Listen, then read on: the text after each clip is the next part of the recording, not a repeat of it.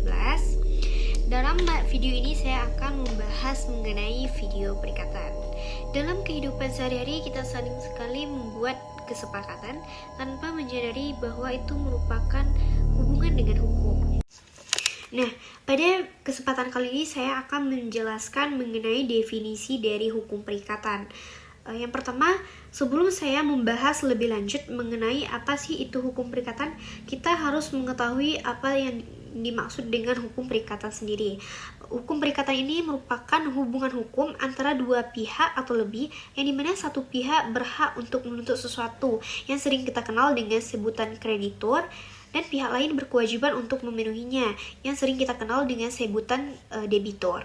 Sifatnya ini sangat relatif, hanya mengikuti pihak-pihak yang terlibat saja, tidak berlaku untuk pihak ketiga. Nah, selanjutnya saya akan menjelaskan mengenai unsur-unsur dari hukum perikatan. Unsur-unsur hukum perikatan sendiri ada 4. Yang pertama, adanya hubungan hukum yang diakui dan dilindungi oleh hukum. Yang kedua, melibatkan minimalnya ada dua pihak. Yang ketiga, adanya hak dan kewajiban. Dan yang keempat, dia berkaitan dengan harta kekayaan atau nilai uang. Isi dari hukum perikatan sendiri menurut pasal 1235 KUH Perdata ini ada 3. Yang pertama, memberikan sesuatu, berbuat sesuatu, dan tidak berbuat sesuatu. Pembahasan selanjutnya yaitu adanya sumber timbulnya hukum perikatan sendiri. Nah, pada video ini saya akan menjelaskan 2 sumber utama berdasarkan pasal 1233 dan pasal 1234 KUH Perdata. Yang pertama, lahirnya dari sebuah perjanjian yang dimana berdasarkan kesepakatan sukarela para pihak dan diatur oleh pasal 1313 KUH Perdata. Dia mengikuti azas kebebasan berkontrak, yang dimana perjanjian ini sah berlaku seperti undang-undang bagi pihak yang membuatnya dalam pasal 1338, tetapi dia dibatasi oleh hukum, kesusilaan, dan ketertiban umum. Syarat sah perjanjian menurut pasal 1320 ini ada 4. Yang pertama, adanya kesepakatan tanpa adanya paksaan. Yang kedua, pihak cakap dalam bertindak. Dan yang ketiga, adanya objek tertentu. Dan keempat, adanya sebab yang halal. Selanjutnya, pembahasan yang kedua yaitu lahirnya dari undang-undang, yang dimana terjadi tanpa kesepakatan karena aturan hukum. Perbuatan yang diatur undang-undang atau disebut dengan kuasai kontrak. Pengurusan urusan orang lain, seperti mengurus kepentingan orang lain tanpa kuasa, wajib diganti biayanya. Pembayaran ini tidak terutang, maksudnya adalah membayar padahal dia tidak berutang, uang wajib untuk dikembalikan. Perbuatan melawan hukum ini diatur dalam pasal 1365 KUH Perdata. Selanjutnya saya akan membahas mengenai perbuatan melawan hukum atau yang kita kenal dengan sebutan PMH. PMH sendiri merupakan perbuatan yang dapat merugikan orang lain. Pelaku wajib untuk mengganti rugi jika adanya kesalahan. Cakupan dari PMH sendiri itu ada 4. Yang pertama, melanggar hak orang lain, bertentangan dengan kewajiban hukum, melanggar norma kesusilaan, bahkan melanggar ketertiban umum. Unsur-unsur mutlak dari PMH ini juga ada 4 yang perlu kita ketahui. Saya akan menjelaskan yang pertama yaitu adanya perbuatan. Bisa perbuatan atau tidak perbuatan. Yang kedua, perbuatan itu melawan hukum. Dan yang keempat, menimbulkan kerugian material atau moral. Adanya hubungan sebab akibat perbuatan hukum dan kerugian, seperti adanya kesalahan sengaja atau lalai dari pelaku. Banyak orang yang tidak memahami apa sih itu perbedaan dari PMH sendiri dan wan prestasi. Nah, pada kesempatan ini saya akan menjelaskan bedanya wan prestasi dengan PMH. Wan prestasi ini merupakan perilaku tidak menepati janji dari perjanjian yang sudah ada sebelumnya. Sedangkan PMH sendiri merupakan sifat yang merugikan orang lain tanpa adanya sebuah perjanjian sebelumnya dan melanggar aturan hukum.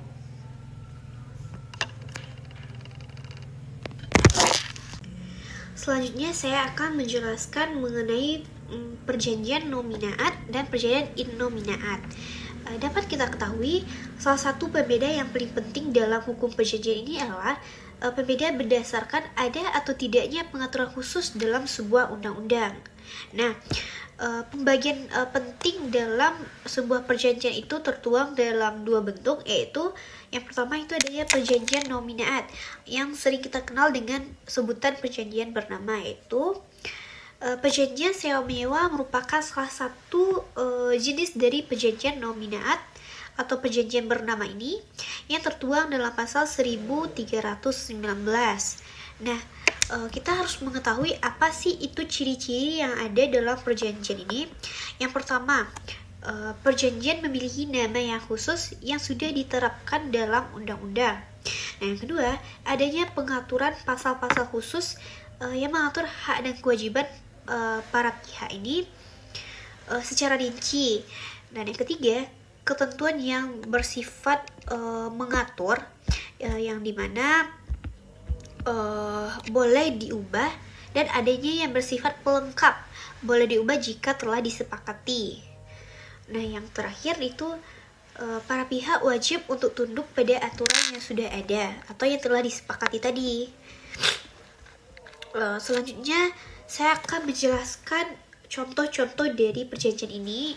Yang pertama itu ada sewa menyewa, pinjam pakai habis, penitipan barang, bahkan perjanjian kerja.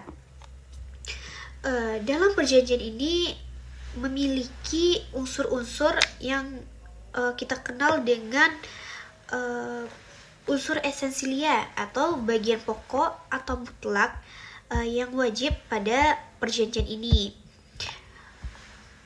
Tanpa adanya unsur ini, perjanjian tersebut dianggap tidak pernah lahir secara hukum. Unsur yang kedua yang sering kita kenal dengan unsur naturalia, yang dimana ketentuan dalam perjanjian secara otomatis dianggap berlaku menurut undang-undang meskipun dicantumkan secara eksplisit dalam kontrak. Nah, yang terakhir itu kita mengenal adanya unsur aksidentalia, yaitu bagian tambahan dalam sebuah perjanjian khusus yang disepakati oleh para pihak dan tidak diatur oleh undang-undang. Dia bersifat semacam opsional. Maksud saya akan membahas perjanjian yang kedua yang kita kenal dengan sebutan perjanjian innominaat, atau sering sekali kita mengenalnya dengan sebutan perjanjian tidak bernama.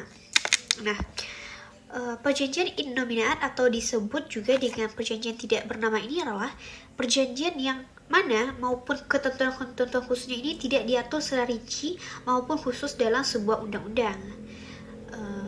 Perjanjian ini dia lahir dan diakui dan sah juga keberadaannya semata-mata berdasarkan azas kebebasan berkontrak dalam pasal 1338 KUH Perdata.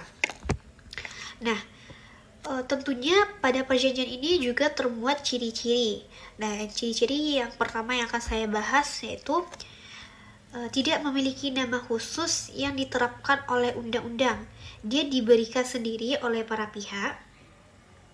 Yang kedua, tidak ada pengaturan pasal-pasal khusus yang mengaturnya secara rinci. Dan yang ketiga, isi dan bentuk perjanjian sepenuhnya ditentukan berdasarkan kesepakatan para pihak-pihak. Nah, yang keempat, kita mengenalnya dalam sebutan terjadinya sengketa atau hal yang tidak diatur penyelesaiannya dalam menggunakan ketentuan-ketentuan hukum perikatan pada umumnya, serta ketentuan perjanjian bernama yang paling mendekati sifat dan isinya. Nah, selanjutnya saya akan membahas mengenai klasifikasi perjanjian innominaat sendiri berdasarkan ajaran hukum Romawi. Perjanjian ini dibagi ke dalam 4 jenis. Yang pertama saya akan membahas yang dikenal dengan sebutan do ut des, yaitu seperti saya berikan barang kepadamu supaya engkau memberikan barangmu kepadaku. Contohnya seperti tukar menukar barang gitu.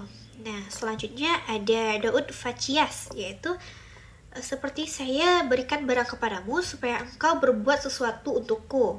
Nah, contohnya saat saya membeli tanah supaya engkau membangunkannya rumah. Nah, yang ketiga kita kenal dengan sebutan facio ut des. Saya berbuat sesuatu untukmu dan engkau juga berikan barangmu kepadaku. Contohnya, saya kerjakan proyek supaya engkau bayar upah. Dan yang terakhir itu kita kenal dengan sebutan facio ut facias, yaitu saya berbuat sesuatu untukmu supaya engkau juga berbuat sesuatu untukku. Contohnya, saya ajari ilmu kepadamu supaya engkau ajarkan keahlianmu kepadaku. Dari pembahasan yang telah saya jelaskan tadi, terdapat dasar klasifikasi perjanjian innominaat sangat banyak kita temukan dalam dunia usaha modern, bahkan perdagangan internasional. Saya akan menyebutkan beberapa contoh yang sering kita temui dalam kehidupan sehari-hari kita. Yang pertama itu adalah perjanjian kerjasama usaha, perjanjian bagi hasil, perjanjian waralaba atau franchise, perjanjian lisensi merek, perjanjian pengelolaan gedung, perjanjian promosi bersama, bahkan berbagai bentuk perjanjian yang dibuat khusus sebagai kebutuhan para pihak yang belum ada pengaturan khususnya dalam sebuah undang-undang. Nah, masuk saya pada pembahasan selanjutnya mengenai pembeda perjanjian nominaat dan perjanjian innominaat sendiri. Yang saya jelaskan dalam video ini hanya beberapa saja, tidak semua. Yang umum yang perlu kita ketahui. Yang pertama itu adanya pengaturan hukum. Perjanjian nominaat sudah diatur secara rinci nama dan bentuk beserta isinya. Sedangkan perjanjian innominaat dia tidak diatur secara khusus. Dia lahir dan diakui semata-mata karena adanya azas kebebasan berkontrak. Nah, yang kedua, nama perjanjian. Perjanjian nominaat memiliki nama baku yang ditetapkan oleh undang-undang, sedangkan perjanjian innominaat namanya ditentukan sendiri oleh pihak-pihak yang membuatnya. Nah, yang ketiga, dasar penyelesaian sengketa. Jika terjadi suatu perselisihan pada perjanjian nominaat, langsung ditetapkan pasal-pasal khusus yang mengaturnya. Sedangkan pada perjanjian innominaat sendiri, penyelesaian menggunakan ketentuan umum hukum perikatan. Nah, yang keempat, sifat ketentuannya. Perjanjian innominaat ini banyak ketentuan yang bersifat memaksa dan wajib untuk dipatuhi. Sedangkan pada perjanjian innominaat, para pihak lebih bebas untuk mengatur isi perjanjiannya sepanjang dia tidak melanggar aturan hukum. Masuk pada pembahasan persamaan perjanjian nominaat dan perjanjian innominaat. Perlu kita ketahui bahwa keduanya sama-sama merupakan perjanjian yang sah dan diakui keberadaannya oleh hukum. Dia sama-sama mengikat para pihak yang membuatnya dan berlaku sebagai undang-undang bagi mereka yang membuatnya. Nah, dia juga sama-sama mengikat para pihak dalam sebuah perjanjian. Yang keempat perlu kita ketahui itu perjanjian tersebut sama-sama menimbulkan hak dan kewajiban serta akibat hukum yang sama jika terjadi pelanggaran atau wan prestasi. Masuk saya pada pembahasan yang terakhir, yaitu mengenai pentingnya untuk memahami perjanjian nominaat dan perjanjian innominaat ini. Nah, yang pertama bagi penyusun perjanjian. Jika membuat perjanjian nominaat, para pihak harus berhati-hati agar tidak melanggar ketentuan hukum. Sedangkan jika membuat perjanjian innominaat sendiri, para pihak wajib menyusun isi perjanjian dengan sangat lengkap, rinci, bahkan harus jelas.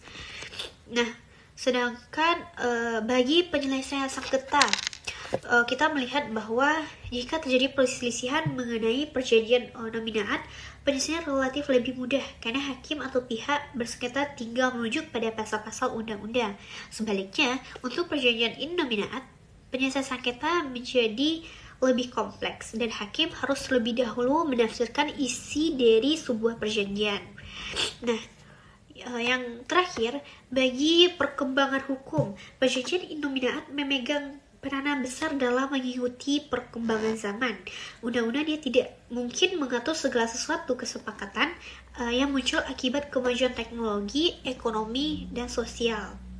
Nah, dari pembahasan yang telah saya sampaikan, diharapkan rekan-rekan semuanya dapat memahami dan mengetahui apa sih itu yang dimaksud dengan perjanjian dan perikatan.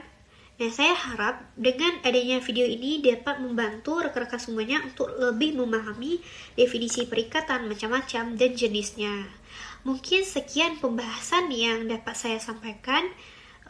Mohon maaf jika terjadi kesalahan dalam kata-kata dan dalam pembuatan video ini.